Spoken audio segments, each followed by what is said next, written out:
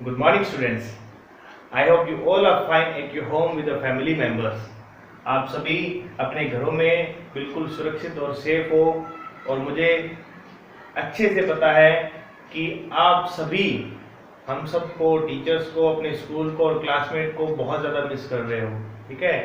लेकिन अपनी स्टडी को जारी रखने के लिए आपके लिए कुछ ऑनलाइन क्लासेस हमने स्टार्ट की है और मुझे पूरा विश्वास है कि आप अच्छे से उन पर पूरा गौर कर रहे हो। जो भी हम लेसन्स करवा रहे हैं, क्लासेस लगा रहे हैं, आप अच्छे से उनको सुन रहे हो, अपना होमवर्क कंप्लीट कर रहे हो और उसके साथ जो भी हमारे जो प्रयास है उसमें आप अपना और ज़्यादा एफर्ट लगा रहे हो।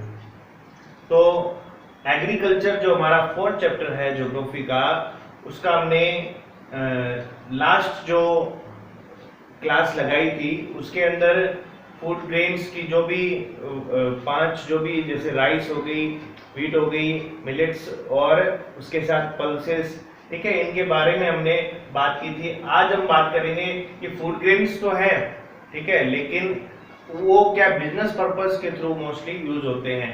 सबसे पहले शुगर कैन, ठीक है, ये ग्रेन्स नहीं है, शुगर कैन। शुगर कैन क्या होता है, मोस्टली किसके लिए यूज होता है, शुगर इंडस्ट्री के लिए, ठीक है ना।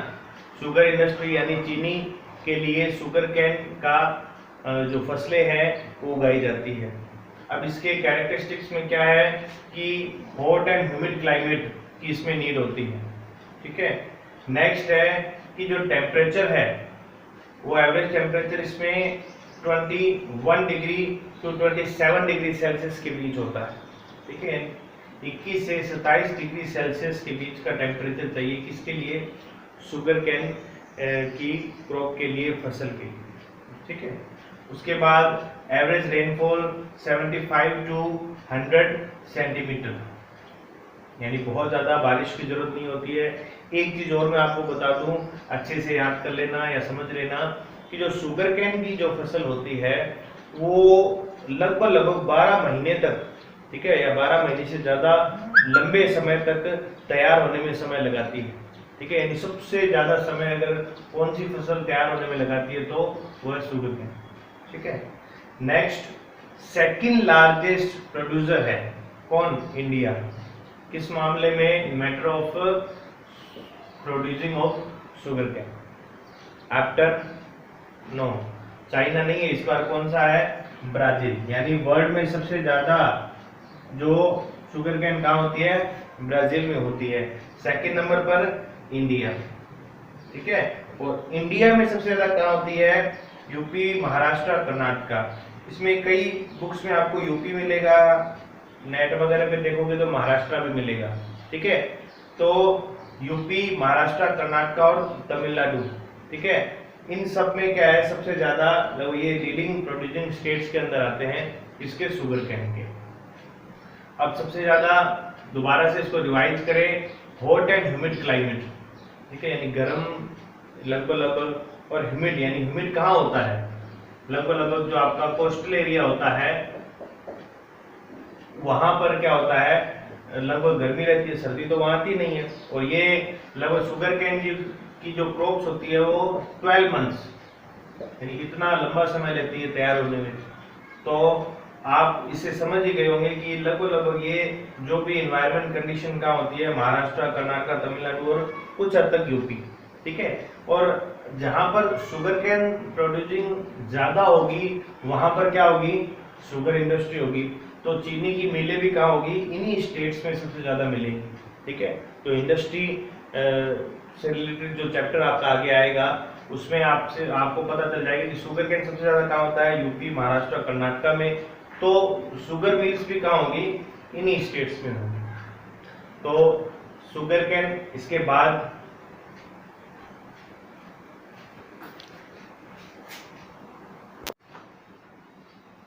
शुगर कैन के बाद है ऑयल सीड्स, ठीक है। ऑयल सीड्स जिनसे तेल निकलता है। तो ऑयल सीड्स जो भी हैं, इसमें जो जितने भी क्रॉप्स होती है, ठीक है ना, अपने जो इंडिया है वो सेकंड नंबर पर है, ठीक है ना, आफ्टर चाइना। हाँ भाई, इस बार चाइना है शुगर कैन वाले टाइम कौन सा कंट्री थी? ब्राजील। ठीक है, बाकी राइस में और ऑयल सीड्स में जो इंडिया है वो सेकेंड लार्जेस्ट प्रोड्यूसर है आफ्टर चाइना, चाइना के बाद। ग्राउंडनट, सोयाबीन, ये क्या हो गए? इसके एग्जाम्पल हो गए, किसके? ऑयल सीड्स के। नेक्स्ट है टी यानी चाय, कलयुग की महारानी चाय रानी। ठीक है, तो जिसे हम सभी लोग बहुत ज्यादा पसंद भी करते हैं। तो टी के अंदर हम बात करें तो ये क्या है? बीवरेज क्रॉप्स भी हम कह सकते हैं इसे, यानी पेय पदार्थ। ठीक है ना, और सबसे ज्यादा इसके अंदर भी क्या है? ये सेकंड लार्जेस्ट प्रोड्यूसर है, कौन सा? India, after China. चाइना के बाद कौन सी? इंडिया ही आता है, जहां सबसे ज्यादा टी का मतलब टी प्रोड्यूस होता है। ठीक है ना, अब अगर हम बात करें तो टी यानी चाय आई कहां से? तो ये भी कहां से आई? चाइना। ठीक है, आपने स्टोरी पढ़ी होगी कि चाइना ने बहुत साल तक क्या किया, ये चीज चाय को पूरी दुनिया से छिपा कर रखा। ठीक है, चाइना के बाद ये जो भी चाय के बारे में जो नॉलेज था वो किसने किया? जापान ने। उसके बाद धीरे धीरे इंडिया। इंडिया में सबसे ज्यादा कहाँ? आसाम के अंदर। ठीक है, आसाम के अंदर सबसे ज्यादा चाय का उत्पादन होता है, उसके साथ वेस्ट बंगाल, तमिलनाडु और केरला। ठीक है, चाइना के अंदर कहा जाता है कि जापान का एक कोई गुप्तचर कहाँ गया था? चाइना गया था। वहां उसने चाय पी और उसे बहुत ज्यादा उसमें टेस्ट आया और रिफ्रेशनेस आई। उसके बाद इन्होंने पता लगाने के लिए कि होती कैसे, बनती कैसे है, ठीक है ना, उसके लिए काफी योजनाएं बनाई। बाद में जापान, और जापान के बाद धीरे धीरे फिर इंडिया को पता चला। और आज पूरे वर्ल्ड में टी जो है सबसे ज्यादा पेय पदार्थ के अंदर आता है। ठीक है, और हम बहुत ज्यादा एक्सपोर्ट भी करते हैं टी को, यानी बेचते हैं, और इंडिया को बहुत ज्यादा बेनिफिट मिलता है टी एक्सपोर्टेशन में। ठीक है ना, टी को एक्सपोर्ट करके। एक बार फिर जो टी है वो क्या है? बीवरेज क्रॉप के अंदर आती है, या इसके साथ ही हम इसको क्या बोलते हैं? कमर्शियल, यानी बेचने के मकसद से। ठीक है ना, उसके बाद लेबर इंटेंसिव इंडस्ट्री है, यानी इसमें लेबर की बहुत ज्यादा एक अहम रोल होता है। ठीक है ना, जो भी चाय के बागान होते हैं, ठीक है ना, टी के बड़े बड़े गार्डन होते हैं, वहाँ चीप लेबर, हमने काफी मूवीज में भी देखा होगा। हम जैसे टी जो पत्तियां होती है वो एक एक वो निकालते हैं, ठीक है ना, हमने कभी मूवीज वगैरह में देखा होगा, ऐसे पीछे टोकरी लगी होती है, ठीक है ना, एक ऐसी इमेजिनेशन सी आ जाती है। तो वैसे ही इसीलिए इसको लेबर इंटेंसिव इंडस्ट्री कहा जाता है, उसके लिए चीप लेबर भी चाहिए। उसके बाद सेकेंड लार्जेस्ट प्रोड्यूसर है आफ्टर चाइना, सबसे ज्यादा कहाँ होती है? आसाम के अंदर, वेस्ट बंगाल के अंदर, और साउथ में तमिलनाडु और केरला। टी के बाद सेकंड बेवरेज क्रॉप है कॉफी। ठीक है, कॉफी ये क्या है? इंडिया के अंदर गुड क्वालिटी, यानी कि अच्छी क्वालिटी की कॉफी मिलती है, प्रोड्यूस होती है। लगभग एक्सपोर्ट बहुत जगह इंडिया से कॉफी दूसरे देशों में जाती है।